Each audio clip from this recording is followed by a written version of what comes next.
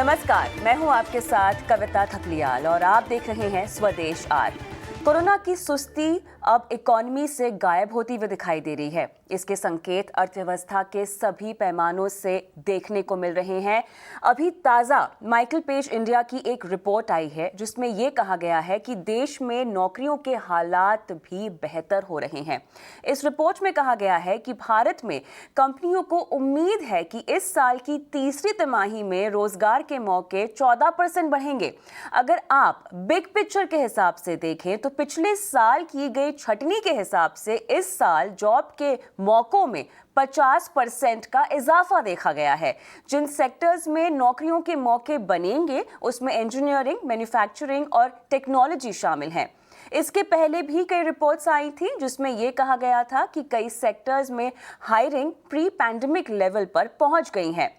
सबसे ज्यादा नौकरियों के मौके इंजीनियरिंग, मैन्युफैक्चरिंग और इंजीनियरिंग में बने हैं, जबकि टेक्नोलॉजी में 58% नौकरियों के मौके पैदा हुए हैं। नॉन आईटी सेक्टर्स की बात करें जैसे कि लीगल और ह्यूमन रिसोर्स में भी अच्छी हायरिंग होती हुई दिखाई दे रही है। इसमें 35% और 25% के करीब नौकरियां पैदा हुई हैं। नौकरियां जो है अचानक आए इस बूम की वजह क्या है? दरअसल बीते कुछ महीनों से वैक्सीनेशन की रफ्तार फुल होती हुई दिखाई दे रही है, रफ्तार बढ़ती हुई दिखाई दे रही है। भारत ने अभी 100 करोड़ से ज्यादा का महाकीर्तिमान बनाया है और तीसरी लहर को लेकर भी डर कम हुआ है।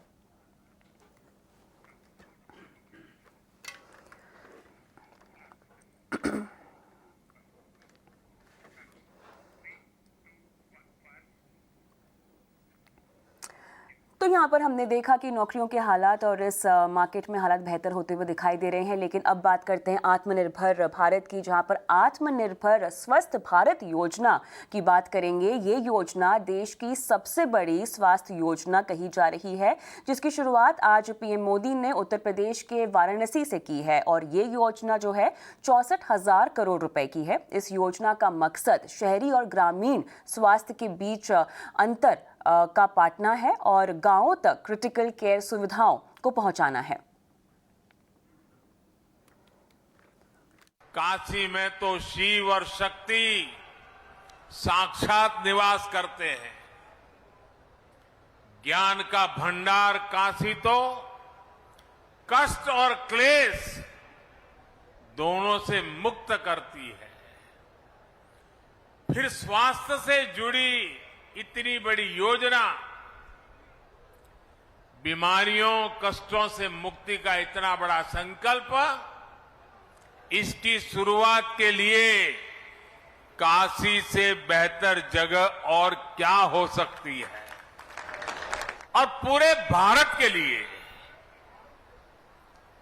64,000 करोड़ से भी ज्यादा रकम का ये कार्यक्रम आज काशी की पवित्र धरती से लॉन्च हो रहा है। साथियों, आज यूपी सहित पूरे देश के हेल्थ इंफ्रास्ट्रक्चर को ताकत देने के लिए भविष्य में महामारियों से बचाव के लिए हमारी तैयारी उच्च स्तर की हो।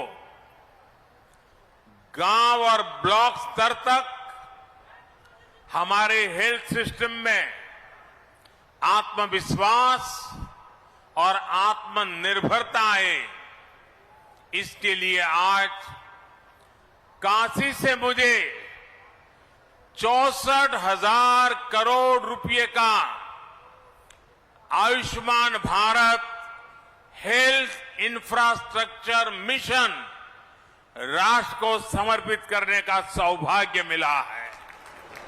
लक्ष्य ये है कि आने वाले 4-5 सालों में देश के गांव से लेकर ब्लॉक, जिला, रीजनल और नेशनल लेवल तक क्रिटिकल हेल्थ केयर नेटवर्क को सशक्त किया जाए।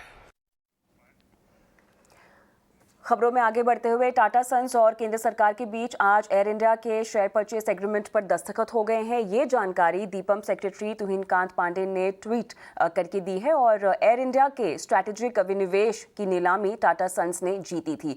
टाटा सन्स ने ये बोली 18,000 करोड़ रुपए में जीती थी। इस बारे में तमाम जानकारी के लिए चलते हैं हमारे सहयोगी समीर दीक्षित के पास। तो समीर बताएं, किस तरह से आपको लगता है कि एयर इंडिया के शेयर परचेस एग्रीमेंट पर दस्तखत हुए हैं? क्या है पूरी डिटेल्स आपके पास? एयर इंडिया की कमान उसके नए मालिक यानी टाटा सन्स को सौंपने की दिशा में सरकार ने आज एक अहम पड़ाव पार कर लिया है। सरकार ने आज टाटा सन्स के साथ में शेयर परचेज एग्रीमेंट पर साइन किया है। शेयर परचेज एग्रीमेंट यानी कि इस करार पर हस्ताक्षर हो चुके हैं कि 18,000 करोड़ में एयर इंडिया को टाटा ग्रुप को बेचा जा चुका है। इसके पहले सरकार ने 11 अक्टूबर को टाटा सन्स को लेटर ऑफ इंटेंट जारी किया था, यानी कि इस बात की पुष्टि करी थी कि टाटा सन्स की ही इकाई टेलिस प्राइवेट लिमिटेड की तरफ से जो 18,000 करोड़ की बोली आई है उसको लेकर के सरकार सहमत है, एयरलाइन बेचना चाहती है और उसके एवज में सरकार की तरफ से letter of intent Tata Sons को जारी किया गया था। अब शेयर परचेज एग्रीमेंट पे भी साइन हो गया है। कुल मिलाकर के जो पूरी डील है इसमें टाटा ग्रुप के पास में एयर इंडिया ही नहीं बल्कि एयर इंडिया एक्सप्रेस में भी 100% हिस्सेदारी होगी। साथ ही जो ग्राउंड हैंडलिंग कंपनी है AISATS उसमें भी 50% का मालिकाना हक टाटा ग्रुप के पास होगा। ये शेयर परचेज एग्रीमेंट के बाद में सूत्र ये बता रहे हैं कि एयर इंडिया में जो मौजूदा बोर्ड ऑफ डायरेक्टर्स हैं वो सभी अपना इस्तीफा देंगे नवंबर अंत तक में, जिसमें director operations, director financial, director commercial, जो 4 डायरेक्टर हैं वो अपना इस्तीफा देंगे। सरकार ये लक्ष्य लेकर के चल रही है कि दिसंबर तक एयर इंडिया को उसके नए मालिक तक आसानी से सौंप दिया जाए, पूरी प्रक्रिया का पालन हो जाए। तो यही माना जा रहा है कि दिसंबर में एयर इंडिया में टाटा ग्रुप का जो नया मैनेजमेंट है वो उसको टेक ओवर कर लेगा। और टाटा ने जो खास रणनीति बनाई है एयर इंडिया को लेकर के, वो रणनीति पर अमल जो है ग्रुप नए साल यानी कि 2022 के शुरुआत में अपनाना भी शुरू कर देगा। टाटा के पास एयर इंडिया तीसरी एयरलाइन होगी, क्योंकि इसके पहले एयर एशिया और विस्तारा एयरलाइन में भी टाटा की अच्छी खासी हिस्सेदारी है। कुल मिलाकर के टाटा ग्रुप ने एक बार फिर एयर इंडिया को लेकर के अपनी नई रणनीति के साथ आगे कदम बढ़ाने शुरू कर दिए हैं। सरकार ने भी अपनी तरफ से विनिवेश की प्रक्रिया को उसके अंतिम चरण तक पहुंचाने के लिए एक के बाद एक अहम पड़ाव पार करने की प्रक्रिया को भी अंजाम देना शुरू कर दिया है। शुक्रिया समीर तमाम डिटेल्स हमें समझाने के लिए। आगे बढ़ेंगे और अब बात करते हैं शेयर बाजार की, जहां पर आज काफ़ी उतार चढ़ाव के बाद बाजार तेजी के साथ बंद हुआ है। निफ्टी की बात करें, हल्की मजबूती लेकर 18,125 के करीब बंद हुआ है। सेंसेक्स में 150 अंकों की तेजी आज हमने देखी है। बैंक निफ्टी की बात करें, नया रिकॉर्ड आज के दिन बना है। कैसा रहा है पूरा दिन का आज का कारोबार, कहाँ हमने ज़्यादा एक्शन देखा, बताने के लिए हमारे सहयोगी डिम्पी कालरा हमारे साथ जुड़ गए हैं। डिम्पी, आज मार्केट में क्या कुछ हुआ, किस तरह से कारोबारी दिन गुजरा, बताएं। आज सोमवार का दिन पूरी तरह से बैंक निफ्टी के नाम था। अगर आप निफ्टी और बैंक निफ्टी को अलग करके देखेंगे तो आपको दिखेगा निफ्टी में आज कुछ भी नहीं हुआ। आज दिन भर एक रेंज में रह गया, लेकिन हाँ, जो अच्छा मोमेंटम आया वो था बैंक निफ्टी के अंदर। बैंक निफ्टी के अंदर जोरदार बढ़त आई और आज फिर से रिकॉर्ड स्तरों पर बंद हुआ 850 अंकों से ज़्यादा की मजबूती के साथ। अब आते हैं कि आईसीआईसीआई बैंक की वजह से भी आज काफ़ी हद तक सपोर्ट मिला। आईसीआईसीआई के नंबर्स आने के बाद एक्सिस बैंक में भी रब ऑफ इफेक्ट आया था। ये दोनों शेयर काफ़ी अच्छी वेटेज रखते हैं बैंक निफ्टी के अंदर, इसलिए दोनों शेयर्स के अंदर एक आज अच्छा मोमेंटम का बेनिफिट आज निफ्टी बैंक के अंदर हमको आते हुए दिखा। इसके अलावा आईपीओ मार्केट्स की अगर आप बात करें तो वहाँ पे फिनो पेमेंट बैंक का आईपीओ भी आ चुका है। तो अभी तक का ये पूरा लेखा जोखा था जो कि इंडेक्स को लेकर था। अब मैं आता हूँ सीधा सीधा शेयर्स पे कि आज मार्केट के अंदर कौन से शेयर्स चले और कौन से टूटे। निफ्टी के जो आज टॉप गेनर थे उसमें लीडर था आईसीआईसीआई बैंक, 11% ऊपर था। इसके अलावा एक्सिस बैंक के अंदर 3%। ओएनजीसी और एमआरपीएल पे कुछ खबरें आ रही हैं कि शायद इनको मर्ज किया जा सकता है। ऐसी कुछ खबरों की वजह से ओएनजीसी, ऑयल इंडिया, एमआरपीएल, ये तीनों शेयर बाकायदा दिन के ऊपरी स्तरों पर जाके बंद हुए। आज निफ्टी के जो लूजर्स बने वो था बीपीसीएल। मार्केट में खबर फिर से उठी है कि इनको कोई पार्टनर्स नहीं मिल रहा, बीपीसीएल नीचे आया। एसबीआई लाइफ, बजाज फाइनेंस के नतीजे आएंगे कल, उससे पहले इसका एक और भाई है बजाज फिनसर्व, वो आज लाल निशान में बंद हुआ। और बजाज ऑटो के अंदर भी आज हमको प्रेशर ही बनते हुए दिखा। मिड कैप के जो गेनर्स थे उसमें ऑयल इंडिया था, सिटी यूनियन बैंक और साथ ही पॉलीकैप जिसके नंबर अच्छे आए। मार्जिन्स के तौर पर थोड़ा कंपनी को झटका लगा, बट ओवरऑल कमेंट्री काफी स्ट्रांग थी, इसलिए पॉलीकैप आज 78 पे बढ़कर जाके बंद हुआ है। आज अगर आप इंडेक्स के लूजर्स की, गेनर्स की बात बोलें तो पूरा दारोमदार सिर्फ निफ्टी पे था। आईसीआईसीआई एक्सेस और एक छोटा बैंक आरबीएल वो भी आज काफी अच्छा चला। आज हेल्थ केयर का इंडेक्स जो बैंक के अलावा चला वो था अपोलो हॉस्पिटल, लॉरस लैब और डॉक्टर लाल पैथ लैब। दिल्ली में डेंगू के केस काफी बढ़े हैं, टेस्टिंग फिर से बढ़ सकती है, इस वजह से आज इन तीनों में फिर से तेजी बढ़ने को दिखी है। जो सेक्टर्स आज कमजोर थे उसमें रियल एस्टेट, ऑटो, एफएमसीजी तीनों सेक्टर्स कमजोर थे। रियल एस्टेट में सनटेक, लोढ़ा और India bulls real estate participate करवा रहा था। ऑटोस के अंदर निफ्टी के साथ बजाज ऑटो और टीवीएस मोटर्स ने वीकनेस दिखाई है। एफएमसीजी में कोलगेट के नंबर्स ठीक नहीं आए थे, उसकी वजह से वीकनेस हुई। डाबर्स भी अपने मार्जिन्स की वजह से थोड़ी दिक्कत में रहा। ऑयल एंड गैस सेगमेंट में जीएसपीएल, बीपीसीएल और गुजरात गैस ये कमजोर थे और आईटी तो सुधर ही नहीं रहा। उसके अंदर कफोर्ज, एससीएलटेक और माइंट्री इन तीनों के शेयर्स आज काफी खराब थे। रैमको सीमेंट के नंबर्स आए थे, मुनाफा दोगुना हुआ, एक झटका लगा तेजी का, लेकिन बाद में जाके फ्लैट बंद हुआ। एसआरएफ के नतीजे मार्केट की उम्मीद से मुताबिक नहीं थे, इसलिए शेयर कमजोर जाके बंद हुआ। आदित्य बिरला, एएमसी के भी नंबर्स आए जो कि फ्लैट ही शेयर को बंद हुए। कल जिन 4 कंपनीज के, बड़ी निफ्टी कंपनीज के नंबर आएंगे उसमें होगा Kotak bank, axis bank, Bajaj finance और सिप्ला। इन सबके नंबर्स कल होंगे। शुक्रिया डिम्पी इस पूरे मार्केट राउंडअप के लिए। बात करते हैं नतीजों की। टेक महिंद्रा के नतीजे आए और इसमें हमने देखा कंपनी ने ईयर ऑन ईयर में लगभग 25.8% का मुनाफा दर्ज किया है और पिछली सितंबर तिमाही में अगर हम देखें तो 1064 करोड़ के मुकाबले इस साल 1338 करोड़ रुपए का आंकड़ा रहा है। वहीं कुल रेवेन्यू अगर हम देखें तो यहाँ पर भी ईयर ऑन ईयर 9371 करोड़ से 16.1% की बढ़त दर्ज हुई है और ये आंकड़ा अब 10,881 करोड़ पर पहुंच गया है। नतीजों पर तमाम डिटेल्स देने के लिए जुड़ते हैं हमारी सहयोगी सृष्टि शर्मा से। तो सृष्टि बताएं टेक महिंद्रा के नतीजे कैसे लग रहे हैं और साथ ही दूसरी तिमाही के नतीजों की जो हाईलाइट रही है वो क्या रही? अच्छे आंकड़े पेश किए हैं टेक महिंद्रा ने। खास तौर से कंपनी की जो टॉप लाइन ग्रोथ देखने को मिली है, साथ ही जो नई डील विंस है वो काफ़ी मजबूत रही है। इस तिमाही कंपनी ने 7.2% की कांस्टेंट करेंसी टर्म्स में रेवेन्यू ग्रोथ दर्ज की है, जो कि हमारे अनुमान 4.3% से बेहतर है। वहीं मैनेजमेंट काफ़ी कॉन्फिडेंट है कि जो रेवेन्यू ग्रोथ का मोमेंटम है वो बरकरार रहेगा। डील विंस की बात करूँ तो बीती तिमाही $750 मिलियन की डील विंस देखने को मिली है और आगे चल के हर तिमाही $700 मिलियन से लेके $1 बिलियन की डील विन को लेकर मैनेजमेंट काफ़ी कॉन्फिडेंट है। साथ ही FY22 में वो डबल डिजिट ग्रोथ को भी, इस आंकड़े को भी पार करने की पूरी उनकी कोशिश रहेगी। मार्जिन्स जो है वो इन लाइन है, हालांकि जो अगर मुनाफे का आंकड़ा देखें तो हमारे अनुमान से थोड़ा सा कम है। कंपनी के इस बार 15.2% EBIT मार्जिन्स रहे हैं जो कि हमारे अनुमान के मुताबिक हैं। साथ ही अगर हम इनके मुनाफे की बात करें तो वो करीब 1.1% तिमाही दर तिमाही वहां पे गिरावट देखने को मिली है और कंपनी ने 1339 करोड़ का मुनाफा दर्ज किया है। इसी के अलावा कंपनी का ये कहना है कि ब्रॉड बेस ग्रोथ रही है उनकी। इस बार कम्युनिकेशंस, मीडिया और एंटरटेनमेंट रेवेन्यू करीब 6.7% तिमाही दर तिमाही वहां पे बढ़त देखने को मिली है और एंटरप्राइज रेवेन्यू में 6.3% की ग्रोथ देखने को मिली है। आखिरी में अगर हम एट्रिशन रेट को देखें तो 21% पे वो रिकॉर्ड किया गया है, जो कि पिछली तिमाही 17% था। तो वहाँ पे एक बढ़त ज़रूर देखने को मिली है, पर वो बहुत ज़्यादा चिंता की बात नहीं है और कहीं ना कहीं कंपनी इसको अच्छी तरीके से मैनेज ज़रूर कर सकती है। और साथ ही कंपनी ने 15 रुपीज़ पर शेयर का एक स्पेशल डिविडेंड का भी ऐलान किया है।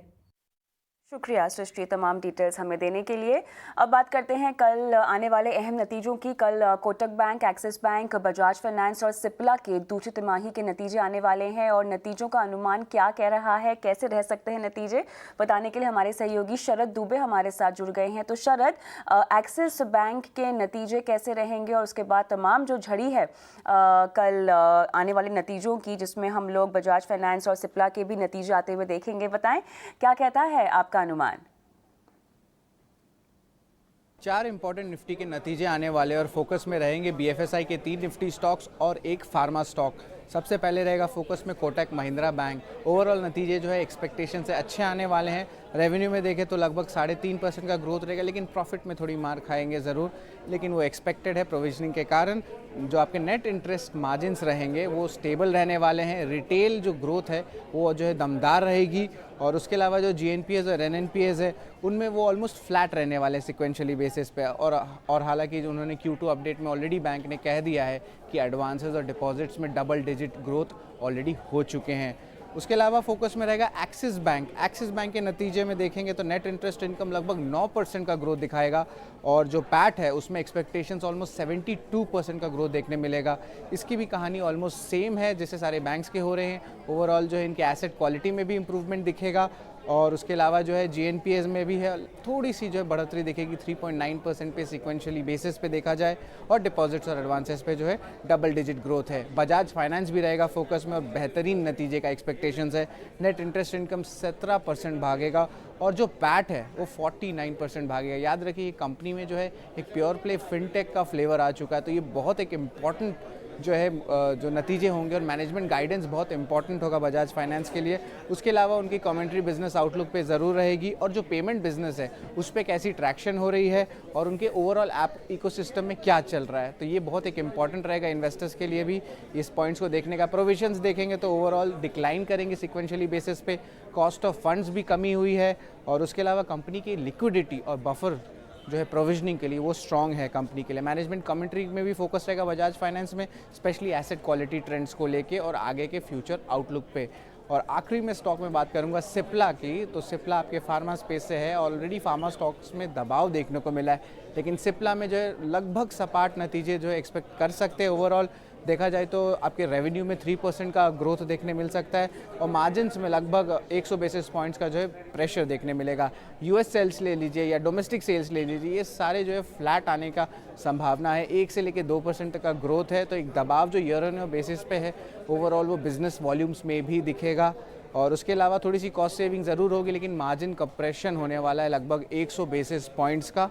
और ओवरऑल देखा जाए तो उनके जो सेगमेंट्स है एल्बिट्रॉल, उसमें जो है सिक्वेंशियली एक अच्छा इंप्रूवमेंट देखने मिलेगा। और उसके अलावा जो मार्जिन्स का इम्पैक्ट होगा वो 2 कारण की वजह से होगा। एक होगा आपके करेंसी फ्लक्चुएशंस के वजह से और दूसरा होगा लोअर कोविड जो ड्रग्स है उनके कंट्रीब्यूशन से। सो ओवरऑल ये 4 नतीजे पे हमारे फोकस रहेंगे कल निफ्टी के लिए। शुक्रिया तमाम कंपनियों के नतीजों का अनुमान बताने के लिए। तो बाजार की नज़र कल इन तमाम नतीजों पर रहेगी। आगे बढ़ते हैं। इन दिनों कई बड़े IPO भी आ रहे हैं और निवेशकों में भी इनको लेकर काफ़ी उत्साह है। इन नए IPOs को लेकर हेलियस कैपिटल के CIO दिनशॉय ईरानी की क्या राय है, बताते हैं आपको।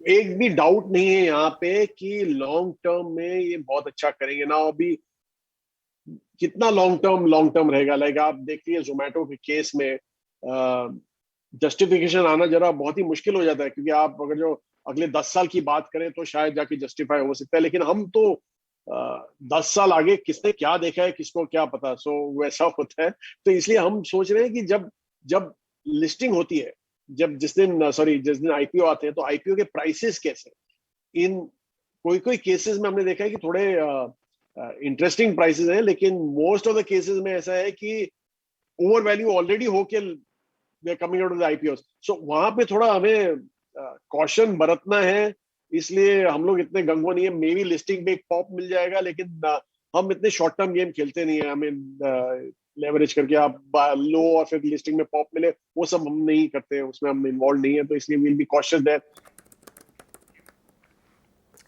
आगे बढ़ते हैं। फैशन और ब्यूटी की दुनिया की बड़ी कंपनियों में से एक नायका 29 अक्टूबर को IPO लाने जा रही है और इस पर हमने बात की कंपनी के CEO फाल्गुनी नायर से। वो कोरोना महामारी के बाद कंपनी के मार्जिन और ग्रोथ बढ़ाने को लेकर काफ़ी कॉन्फिडेंट भी हैं। हम डेफिनेटली और इन्वेस्टमेंट कर रहे हैं कस्टमर एक्विजिशन में, काफ़ी कस्टमर अक्वायर कर रहे हैं। और हमने अभी देखा है, एक्चुअली पहले हमने DRHP में कुछ इंफॉर्मेशन दी थी मार्च तक, और अभी जो नया RHP हमने फाइल किया है ROC में, तो उसमें एडिशनल इंफॉर्मेशन है फर्स्ट क्वार्टर की। और first quarter of this financial year के April to June 2021, तो हमने देखा है कि हमारा ईयर ऑन ईयर ग्रोथ भी बहुत स्ट्रॉन्ग रहा है। ब्यूटी प्रोडक्ट में 178%, फैशन में तो 9x ग्रोथ रहा है। और प्रीवियस क्वार्टर से भी देखोगे, quarter 4 of financial 21 which is March 21 वाला क्वार्टर, वहां से भी ग्रोथ काफी स्ट्रॉन्ग रहा है। 40% growth in fashion quarter on quarter और 12% इन ब्यूटी क्वार्टर ऑन क्वार्टर। तो ये सारी इंफॉर्मेशन प्रोस्पेक्टस में है, सब कंज्यूमर खुद, इन्वेस्टर्स खुद देख सकते हैं।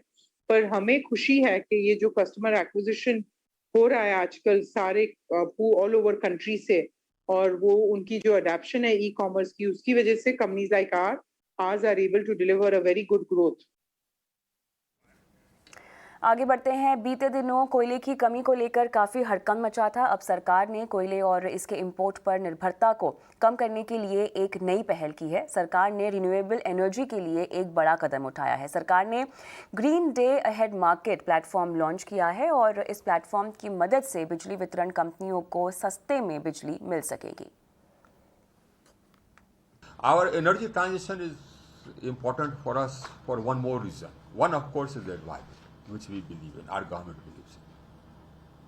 The other thing, which also is central to the, our country's growth, is to reduce our dependence on imported sources of fossil fuel. Now, that again is a goal which is central to our government, which is central to us. We want to reduce our dependence on imported sources of petroleum, etc. So that's why we are pushing electrical mobility.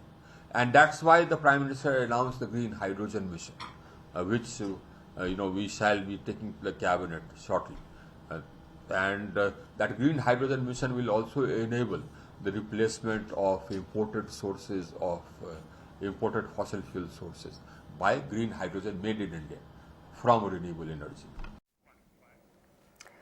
केंद्रीय बिजली मंत्री R K. Singh ने कहा है कि देश में कोयले की कमी के चलते कहीं भी बिजली का संकट नहीं है और पावर जनरेशन प्लांट्स में कोल स्टोरेज में इजाफा हुआ है और लगातार कोयला सप्लाई बढ़ भी रही है। हालांकि उन्होंने कहा कि पावर जनरेशन कंपनियों पर कोल कंपनियों का 16,000 करोड़ रुपए बकाया है।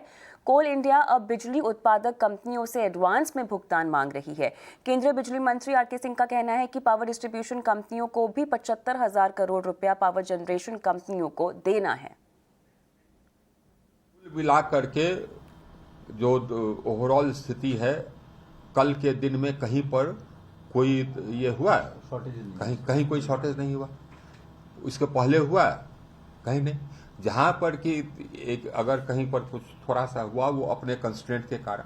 अब पंजाब में पहले भी हमने कहा था, अभी भी उन्होंने सुधार नहीं किया है। बात करते हैं खाने के तेलों की बढ़ती कीमतों को थामने के लिए केंद्र सरकार और सभी राज्यों के बीच वीडियो कॉन्फ्रेंसिंग के जरिए समीक्षा बैठक हुई है।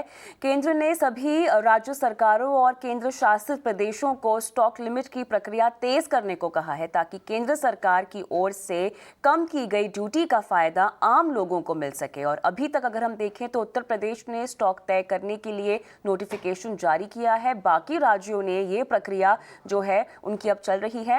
माना जा रहा है कि जल्द ही प्रमुख तेल उत्पादक राज्य स्टॉक लिमिट जारी करेंगे। ये स्टॉक लिमिट 1 से 2 महीने की होगी। इस कवायद का मकसद मुनाफाखोरी और जमाखोरी पर लगाम लगाना है।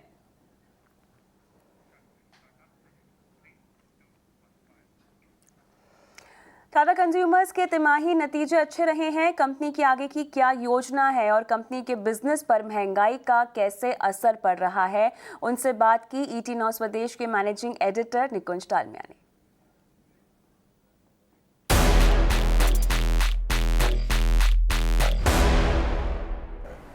The dependence on commodity prices, atta, chawal, dal, is extremely high. How are you planning to differentiate? Because that's one space where you're really scaling up all your brands and all your portfolio. So Nikunj, when you say the India foods business, I would say we've got a very solid salt business where if you take all put together all the different brands that we have, and we are going to expand the offerings in salt also as we go forward, we're close to 38 share and very decent margins, I would say. I mean, almost top and best in class in the foods business. On the other, I would say we still have long way to go in building decent positions. But as we build those decent positions, I think 2-3 critical pieces that we've got to watch out for. Enter categories with scale and make sure that the products you're entering with have got decent gross margins built in. Because if you've got to build either a category play or if you've got to build share, then you've got to have enough firepower in terms of margins which can afford good branding, advertisement spends to grow. So that is where we'll go. And I'll give you an example of where we've executed to that. And this is the inorganic piece, Soulfull, right? I mean, we saw an opportunity to enter a space where we were not present. And we went and acquired Soulfull. Soulfull is very, very healthy gross margins. It's a differentiated play. And therefore, we think we can build strong businesses. But if you enter a commodity, as in without a differentiation, you will not have margins, and therefore, like you said, you'll struggle to play there. So whether it is in even the near commodity plays that we have, like pulses, we only play in unpolished dals. If I were to go for scale, I would go with the polished, but if I go with polished, I will have no margins, and that's why we stayed away from that. Has the international business, Sunil, stabilized, especially the Tetley business? Well, absolutely. The international business, I would say Q1 took it on the chin this year, because last year they had this huge advantage of pantry loading, right? The pantry loading phenomenon was much more in the developed markets than in India. And they went through this high. Q1 was the high, Q2 a bit of tapering off, and Q3 onwards was normalized. So you did see a huge hit on the overall top line of the international business last quarter. That was in Q1. Q2 was relatively flat. While the reported numbers are -6%, overall the international business is +0.4%. And the reason for that is because last year in our base, we've got two businesses which we divested. The food service business in the US and the out-of-home coffee business in Australia. So broadly, it's come on to par. And while it's come on to par, the bottom line has improved. Like I said, EBIT margin is up to 14%, which is a recent historic high. So we feel very good about where we are in the international business. And the other thing we feel good about is this year, we've brought in all the brands together and started executing what we call the 3-brand strategy. So for example, in the UK, we've got Tetley, we've got Good Earth, and we've got Teapigs. And the reason we are going with a high focus behind Good Earth and Teapigs is because we need to move our portfolio from just being black tea into a larger tea play. The growth is happening in specialty and premium, and that's where Teapigs and Good Earth comes in. And we are seeing Teapigs and Good Earth starting to contribute in top line as well as on the share front. You know, I have to turn my attention to the market just to show that what's happening in terms of the sell-off, and the selling in some of the mid-cap stocks has just, it's now becoming excruciating. If you bought, let's say, IRCTC 15 days ago or 10 days ago, it's a fall of almost 35-40%. For a 6,000 rupee stock now, IRCTC is now threatening to go below 4,000. That's the reversal what we've seen. IEX, again, a very, very sharp reversal. Tata Power, Tata Consumer's not gone down, but you know, across the board, I guess the selling has only intensified. Be it FMCG, with the exception of ICICI Bank, I guess you know, the entire market is in a state of flux, so to speak. Sunil, a lot of Tata companies are going through a serious policy change in terms of capital allocation. We just got news over the weekend about how Tata Chemicals is looking at selling one of their big acquisitions of soda ash in US. Are you looking at also selling and exiting some of your businesses which the company acquired in the previous cycle? Nikunj, let me just say, geographic and product portfolio is a screen which you check through from time to time. Right now, where we are is we've got a strong international business. There were pieces of the international business which did not fit in, like the coffee business, out-of-home coffee business in Australia, the food service business in the US. Those we've divested already. And also we've defined the 3 core markets which we are going to play in, which is UK, Canada, US. As I said, right now, decent share positions, decent top line growth from an international perspective. Now, of course, you can't compare the growth compared to India, and steady cash flow generator. I mean, that's the role which international plays. They're playing that. So for now, I mean, we are in the international business. In fact, if anything, we are looking to cost optimize to make sure that we've got more firepower to spend in the international business. When we spoke last specifically about Tata Coffee, you said, look, it's work in progress. The board has not taken any decision on how to really whether we should keep Tata Coffee listed or should we merge that with Tata Consumer. What is the status on that? Is it still a work in progress? Have you conclusively decided whether Tata Coffee will remain listed or will eventually be merged? Nikunj, my answer remains the same, work in progress.